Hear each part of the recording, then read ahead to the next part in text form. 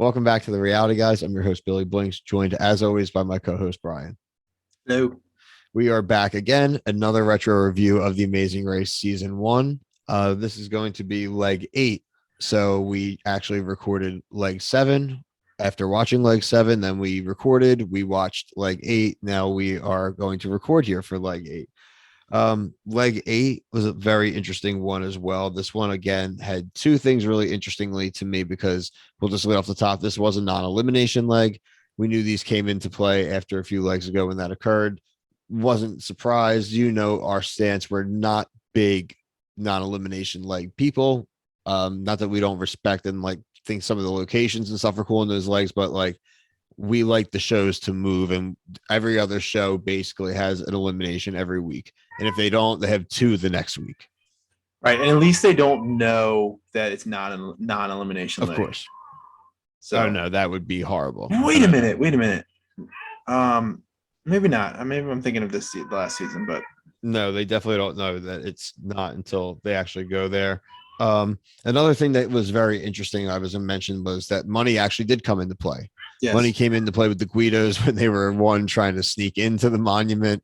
And then later on, when they actually didn't have the money to actually be able to afford taking the cab after the things that they had spent, which was great because no money was given this round. So they definitely did have their money left over from the previous round. I love that when they opened the envelope, there was I don't remember who they zoomed in on. They're like, there's no money.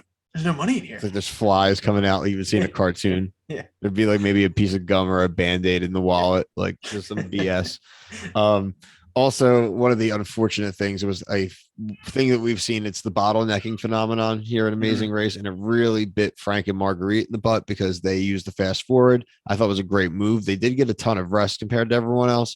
However, they had a 12-hour. I had the exact lead. They had a 12. They had an 11-hour lead, which ends up being a 45-minute lead because the monument was closed. Just trash. That crap stinks. I feel bad for them. Again, I don't think that was intentional. I mean, it's just how it is. It's the randomness of the game, which I appreciate, but I do feel for them because I like them as competitors. It's another thing that's kind of a follow-up to last week. It's like the reliance you have to have in the Amazing Race on cab drivers and things like that. The Guido's cabs don't start. The lawyers' cabs take them somewhere to go get another cab and come with back. No notice. That's infuriating. Dude, they're really tough. I mean, it's just I feel for them. This is really my main point. This will be a little bit more of a shorter review for this episode. It's but that's really what stuck out to me is, again, it's the logistics of having it out of your control. And it's really came into a play the last few legs, especially. Yeah. And that shit would get me hot. I did have a funny line. It was, I don't know if it was Kevin or Drew, but he was pumping up how the 5 teams are really great. And he's like, I wouldn't just be surprised if the way this is going to end up in a 5-way tie for first, something like that. And I'm like, I don't know if it's gonna end up working like that, but I don't know. I don't know how it ends. Amber, this is something you had talked to me about. Amber and the beeping cab driver who didn't stop beeping the entire ride. Awful, man. They were driving on a dirt road. There's nothing there. It's funny that they didn't show his face. He knew that he didn't want to be on camera because he knew he was being a jerk.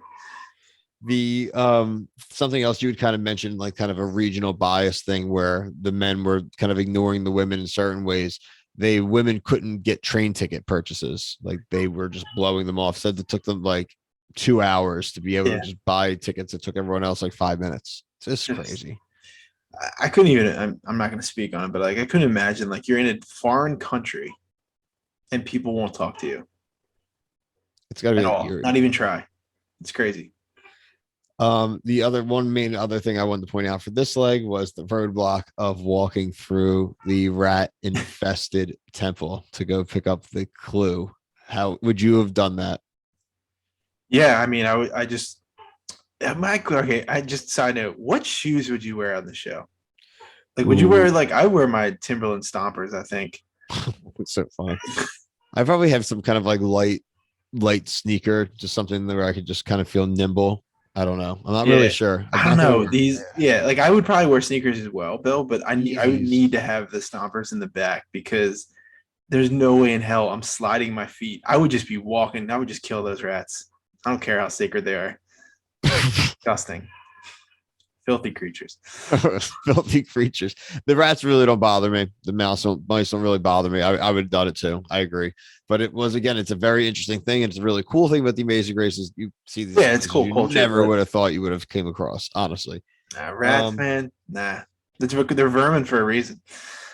The elephant or rowboat to the wise man earlier on was cool too. I mean, I think it was pretty obvious that everyone that the rowboat was going to be a lot faster experience than the elephants, because how could it actually not be? Yeah, and Nancy and Emily like were like, oh, we don't think we'll win, so let's just get the experience. It turned out working okay for him, but I would have probably the elephants would have been cool. Elephants are really cool animals. Yeah, no, I would have enjoyed the elephants. Honestly, it would have been a cool segment. Honestly, compared to, again, if we knew there was going to be, we don't know, but there being Right. no elimination, might as well just do. Do the stuff that's more cultural. Agreed on the ones where they really want to showcase something because we as viewers don't feel frustrated at the end. But Bill, that palace in the middle of the lake is kind of sweet. Oh yeah, it was like it was like it's something you would see in like a game. Yeah, it reminds me of like the water temple and I literally was gonna say Zelda. I was gonna say like it something reminds like me of that. I the just thought it Zelda was really temple. cool. There's just a dude there handing out tickets. And he's like some NPC, but have some crazy story and name. It's really cool. Yeah, it was cool. We are going to cut it here, but Brian, before we do, as always, give us the order of finish for this leg. All right, so first we had Kevin and Drew. Second, Frank and Margarita. Third, Robin Brennan. Fourth, the Guidos. And fifth, Nancy and Emily. And like I said before, non-elimination leg. And we know that there's another one coming. We just don't know when it's going to be. It's kind of unfortunate that I would rather they burn it early. You know what I mean? No, I agree. Or I agree. we've talked about. And I'm sure in future seasons we'll see that, and we have seen it in the season. Yeah, it happened like the second episode of the season or the. I would think that would kind of make sense, but I'm interested to see. We're gonna watch one more leg tonight and get one more video in. I do have a note here to myself that the Guidos and Emily and Nancy are the only teams left with a fast forward. So let's see how that comes into play. But for myself and Brian, thank you. Peace.